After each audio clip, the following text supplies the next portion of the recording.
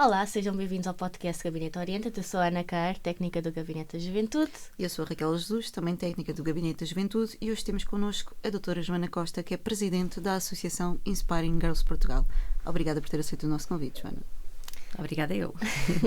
Aqui, para começarmos, gostaríamos que falasses um pouco sobre ti, o teu percurso e como é que chegaste aqui à associação, o que é a associação. Muito bem. Obrigada uma vez mais pelo convite. É um prazer estar aqui convosco. Então, muito resumidamente, eu formei-me em comunicação e trabalho na área da comunicação. Sempre trabalhei em empresas, portanto, venho muito do setor corporate e ao mesmo tempo que desempenhava as minhas funções de comunicação, sempre tive, paralelamente, como é óbvio, aqui preocupações sociais e igualdade de género. Sempre foi uma delas e, na verdade, já comecei a trabalhar estes temas enquanto desempenhava as minhas funções no meu trabalho e fazia parte de vários projetos que defendiam a causa da igualdade de género dentro de um contexto empresarial. Portanto, que isto é uma realidade também bastante comum. Nós podemos, dentro dos nossos trabalhos, defender causas e ser vocais sobre elas. Naturalmente, quando fui mãe, ainda para mais fui mãe de uma menina, eu que já era muito preocupada com esta temática das desigualdades, em particular desigualdades entre homens e mulheres, ainda mais preocupada fiquei e ainda mais vocal quis ser, precisamente por ter sido mãe de uma menina, e até porque, como vos dizia, para além do meu trabalho normal que fazia na área da comunicação, eu tudo o que fazia dentro da temática da igualdade de género era algo que me dava um gosto e um prazer enorme, e eu comecei a perceber que se calhar poderia eventualmente o meu caminho profissional passar também por aí, porque de facto a paixão falava mais alto, e foi então que me cruzei com o projeto Inspiring Girls. O projeto é um projeto internacional, existe em vários países, e eu percebi que não havia cá em Portugal, e então contactei o Reino Unido, que é a casa-mãe, no sentido de abrir um projeto cá, e a ideia foi bem recebida, e então aproveitei a minha licença de maternidade do meu segundo filho para abrir o projeto, para formar uma associação, para juntar aqui uma equipa de pessoas em quem confio muito e que em conjunto permitiu, enfim, hoje sermos uma associação que atua em todos os pontos do país e que trabalha estas temáticas da igualdade de género, portanto. Mas nasceu nos Estados Unidos da América? Inglaterra, sim. Na Inglaterra, o projeto, okay. sim. O projeto. E agora estão espalhados aqui? Estamos em mais de 30 países neste momento. Boa. Inspiring Girls. Boa, Espanha é muito forte também, mas Europa, Ásia, Américas, portanto está em todo o lado. Tem uma grande equipa, então. Sim, a equipa é enorme, e é muito bom podermos partilhar boas práticas, projetos. Portugal tem tido um percurso incrível e tem sido aqui o impulsionador de muitas iniciativas que estão a ser feitas pela primeira vez cá e que vão servir de exemplo para outros países. Portanto, tem sido um percurso muito interessante. Boa. E na tua experiência, Joana, quais são as áreas que as disparidades de género são mais evidentes e que exigem aqui uma maior atenção? Então, as desigualdades de género são sentidas em todos os setores e todas as áreas da nossa vida privada, da nossa vida pública, profissional. Isto está em todo o lado. Se formos olhar, por exemplo, para os setores da educação, nós naturalmente vemos, e isto não é a minha opinião, portanto, isto são dados da Comissão para a Cidadania e Igualdade de Género, dados do Governo, enfim, de vários mecanismos que estudam estes fenómenos, onde nós vemos que há uma elevada taxa de feminização, ou seja, muitas mulheres em determinadas áreas, nomeadamente as ciências sociais, a educação, o setor do cuidado. Portanto, temos muitas mulheres aí, nessas áreas, que também são tradicionalmente áreas mais desvalorizadas do ponto de vista remuneratório, ou seja, ganham menos. É verdade. E, do outro lado, temos os setores como as tecnologias de informação, as áreas STEM, que é ciências, tecnologias, engenharias e matemática, onde temos uma proporção muito maior de homens face a mulheres. E, portanto, por exemplo, TIC, tecnologias de informação. A tecnologia não é o futuro, não é? É a nossa realidade de hoje, é o nosso presente. A tecnologia está em todos os setores, é transversal a todas as áreas. Não faz sentido que a percentagem de diplomados, ou seja, de pessoas que terminam o ensino superior nestas áreas, seja 80% homens para 20% de mulheres. Portanto, também estamos a falar ao mesmo tempo dos setores mais bem pagos em Portugal e, portanto... Uma grande diferença. É uma diferença mesmo muito grande. E o facto de também precisarmos de homens no setor social, no setor da educação. É muito importante. É muito importante, porque este setor também precisa de ser valorizado. Porque ele não é menor, muito pelo contrário, sem o cuidado a sociedade não existia, não é? Sem creches, sem saúde, vimos com o Covid, não é? E continuamos a ver, portanto, nada funciona. Basta só voltar um bocadinho à história do social, de quando é que isto começou, que foi exatamente após uma guerra, onde esta parte do social foi completamente valorizada. E aí as tecnologias, pronto, na altura também não havia tecnologias, não é? Mas vamos pensar aqui no futuro. Agora existe uma guerra. Não é a tecnologia que se calhar vai salvar isto tudo, ou que vai trabalhar com as pessoas. É muito importante este contacto físico, este contacto direto, a relação, e acho que acaba por... acho que a história do social acaba por cair no esquecimento da importância desta profissão. Porque nós damos como garantida, porque, por exemplo, eu falava da educação. Se formos ver, por exemplo, o mercado de trabalho, que também é uma área importante, as mulheres ganham, em média, menos 16% que os homens pelas mesmas funções. Isto não é, lá está, não é a minha opinião, isto são dados factuais, estão em relatórios como o da SIG. Estamos a falar, por exemplo, falarmos muitas vezes quando trabalhamos, como trabalhamos com jovens, muitas vezes damos este exemplo. Trabalhar e ter uma diferença de 16% face ao mesmo trabalho. Até pode parecer, também não é assim tanto. Mais ou menos, isto, se olharmos para um ano de trabalho, significa que nós trabalhamos à borla durante 48 dias desse ano, face aos homens. Portanto, e não faz qualquer sentido, porque é que uma mulher ganha menos pelo mesmo trabalho. Portanto, enfim, isto até temos mais mulheres licenciadas, portanto, elas são mais, há mais mulheres, elas são melhor qualificadas, temos muito mais licenciadas do que homens licenciados, e depois ganham menos, ascendem menos a cargos de liderança. Portanto, isto não faz sentido. E acho que também tem a ver com um ponto que também é fundamental, isto respondendo à questão que, na verdade, estas disparidades estão em todos os pontos da sociedade, mas olhando, por exemplo, para as tarefas domésticas. Eu ia referir isso porque eu tive a oportunidade de assistir a um workshop dado pela Inspiring Girls Portugal e havia muito a sua colega, a colega da Joana, tinha mostrado aqui alguns exemplos e nesses exemplos e dados factuais, as mulheres trabalham, eu não me lembro aqui a carga horária, mas trabalham no seu trabalho normal, como os homens, e depois em casa ainda têm mais X de tarefas domésticas, portanto, não remuneradas, porque são tarefas de casa, não é? Portanto, não sei que paguem a alguém para as fazer, ou que dividam, que deveria ser assim com os homens, elas acabam por trabalhar mais no trabalho e mais em casa. E receber menos.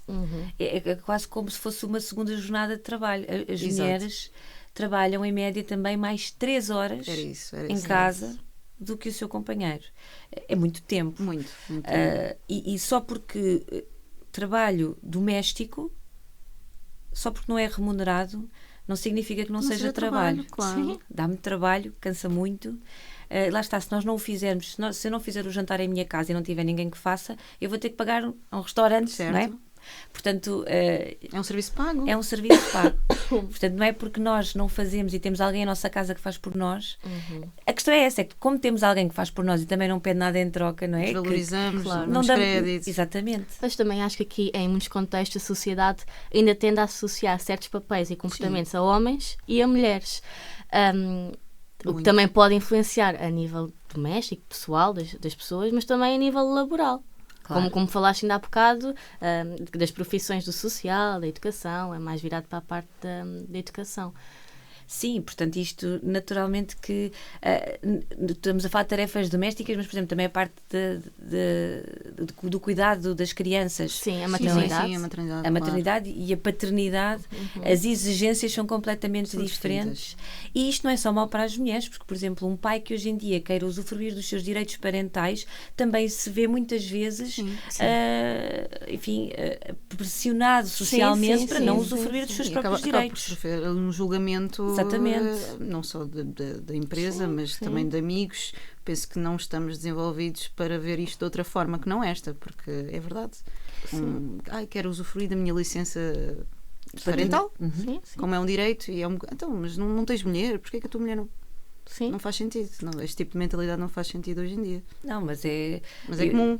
Eu dou muitas vezes o exemplo do meu marido, que é professor e que já teve que acompanhar os nossos filhos ao médico e já foi questionado. Também só foi uma vez. Então, mas a mãe não pode. Mas porquê? Mas tem que ser a mãe? Sim, não, claro. não é? E isto não pode ser visto desta forma, e acho que é só... Nós tivemos a mulher entrou para o mercado de trabalho. Antigamente os homens trabalhavam, as mulheres ficavam em casa. Portanto, essa realidade acabou. A mulher entra no mercado de trabalho, mas o homem não entra, não divide o trabalho doméstico e de cuidado da família com a mãe, portanto, com a respectiva. Portanto, não há aqui uma divisão dessas tarefas. Portanto, só há uma partilha do espaço profissional, mas não do espaço doméstico. E isto depois traz consequências que penalizam ambos, mulheres e homens, mas muito mais as mulheres. Sim, porque acaba por ser utópico esta ideia de que os homens e as mulheres são igualmente valorizados. Eu penso e sei que é uma utopia nos dias de hoje e que não faz qualquer tipo de sentido termos esta ideia. Eu acho que é uma grande transformação que ainda tem que ser feita, e agradeço à Joana por isso e pelo trabalho que tem feito, porque acho que ainda não estamos muito com a ideia de que, ou seja, essa ideia nós temos, os homens e as mulheres são todos iguais, mas na prática não é nada disso, não é assim que funciona, e nós sabemos, e mesmo nas escolas percebemos, e eu acho que tem que partir também um trabalho de casa, um trabalho dos professores, um trabalho um trabalho social. Sim. Uma educação social. Uma educação social. Tem que haver essa educação para chegarmos a bom porto. Sim, há um caminho muito longo para se fazer aqui, e de facto, pronto, exige que várias esferas aqui estejam a trabalhar nesse sentido, e nós muitas vezes nem nos apercebemos, às vezes só quando somos mais crescidas e crescidos, não é? Sim. Só quando a mulher se calhar vai ser mãe e percebe quando volta do trabalho que o colega, que até nem trabalhava tão bem quanto ela, ele é que subiu, ele é que foi promovido. Sim. O pai, quando quer gozar dos seus direitos parentais e é pressionado na empresa para não o fazer. Sim, ou quando uma mulher vai a uma entrevista de emprego, então, quando é que pensas ter filhos? Sim. Isso é ilegal. Sim. Mas ainda acontece. Mas acontece. Mas é um fator eliminatório. Tal como a diferença salarial entre homens e mulheres, não é? Não é legal. Mas acontece. Mas existe, tem um histórico muito grande que é difícil de ser corrigido. E acho que quanto mais jovens são as mulheres, não é? Quando estão aqui numa fase na procura do primeiro emprego, acho que infelizmente isso é muito comum. Porque talvez as mulheres também não saibam dos direitos, lá está, que isso é ilegal. Não Sim. É? E também é uma mentalidade, é a mentalidade que nos é incutida ao longo de tantas gerações. Sim. E ao longo de tantos anos, e é muito difícil nós nos desvincularizarmos acerca desta mentalidade. Muito difícil. Sim. Muito porque difícil. nós nascemos nesta sociedade. Sim. Assim, portanto, ninguém está a fazer nada de mal. Ninguém está a discriminar deliberadamente homens e mulheres, não tem nada a ver com isto. Nós todos temos estes vieses interiores, porque nós nascemos numa sociedade e a nossa sociedade molda-nos desta forma. E eu, por exemplo, a questão dos brinquedos, não é? Isto não é uma coisa que acontece só. Olha, mas as mulheres têm todas muito mais tendência para as áreas sociais e para a comunicação e para o cuidado. Elas são todas maternais. Não. Porquê? Primeiro, não são todas, não é? É como o instinto materno. O que é isso, o instinto materno?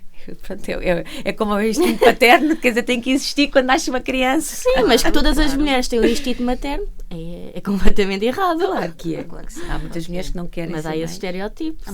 Muito. A questão dos brinquedos é sempre um tema muito sensível, mas que é completamente relevante para a análise destes temas.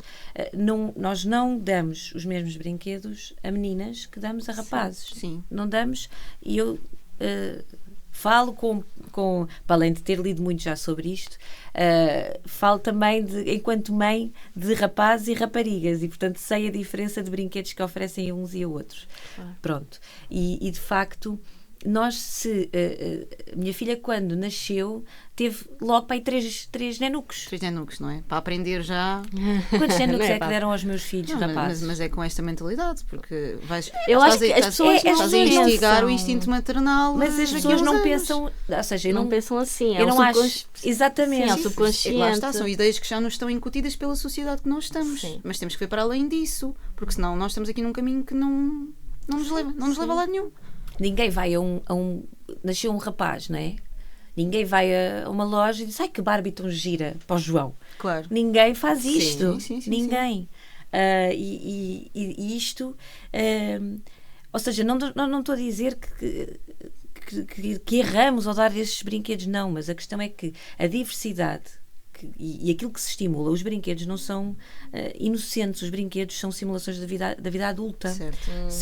É através dos brinquedos e das brincadeiras que as crianças aprendem a estar, exatamente, a estar no mundo, e portanto isto também nos dá sinais sobre competências que vamos desenvolvendo ao longo do tempo. E portanto quando os estímulos são diferentes para uns e para outros, naturalmente depois mais tarde também as preferências, os gostos, vão ser diferentes. Claro que sim, olha, estou a gostar muito da conversa, mas infelizmente o nosso tempo está a chegar ao fim. Gostaria por te perguntar, para ti, qual é o caminho que ainda temos a fazer pela frente? É longo, não é? E qual é a mensagem que gostarias de deixar a quem nos ouve? Bom, então é assim, para percebermos o quão longo é o caminho, dados, né? Fórum Económico Mundial diz-nos taxativamente que faltam 131 anos para alcançarmos a plena paridade entre... 180? 131, ok. Isto é uma média. Muitos. Faltam mesmo muitos. Isto para conseguirmos... Estamos a falar de quer de participação económica, de igualdade em termos políticos, em termos de educação, em termos de saúde. Portanto, claro que isto é um valor internacional global. Portanto, depois há diferenças muito grandes entre países e mesmo em determinadas áreas. Por exemplo, para se alcançar a paridade económica faltam 170 anos. A paridade económica. Que é importante. É importantíssimo. Portanto, e muitos dos direitos que nós conseguimos, estamos constantemente a ver que estão a ser postos em causa. Basta ligarmos o telejornal todos os dias. Todos os dias vemos os direitos das mulheres a serem questionados, questões que foram aqui... Houve uma luta enorme durante anos. Enfim, estamos a ver um retrocesso enorme em vários países que... nomeadamente, por exemplo, os Estados Unidos, e portanto é algo que nunca é garantido e temos de estar sempre muito alerta. Depois, por fim, também para não me alongar muito, o que é que eu gostava de deixar aqui enquanto mensagem? Geralmente nós tentamos dizer aos jovens, pronto, para explorarem diferentes áreas e conversarem com pessoas diferentes deles e, portanto, enfim, questionarem, conversarem, ouvirem quem está próximo. Mas eu acho que hoje em dia, e dado o momento que atravessamos, eu queria trazer um tema que é: nós vivemos literalmente com o mundo nas mãos através do telemóvel e portanto isso é ótimo, abriu-nos o mundo, não é? Portanto, nós temos acesso a tudo, mas também nos cria muitas pressões a vários níveis. O mundo, as redes sociais e este espaço pode ser muito bom, mas também pode ser tóxico, pode ser perigoso, pode nos dar referências de que quer ser masculino e feminino altamente fechadas e quadradas, e portanto pôr-nos aqui referências e bitolas completamente inalcançáveis sobre beleza, sobre determinados parâmetros, pronto, com os quais não podemos competir, nem temos que competir, nem devemos querer, e portanto eu lanço só essa alerta para serem críticos, para deixarem de seguir pessoas que eventualmente façam questionar quem é que nós somos, ou se somos assim tão bons ou não. Isso não interessa. O que interessa é que cada pessoa possa ser livre para ser quem quer ser, se sinta confortável com isso, e se não vê referências, que comece a ser ela própria a referência. Sim, claro. E tentar de alguma forma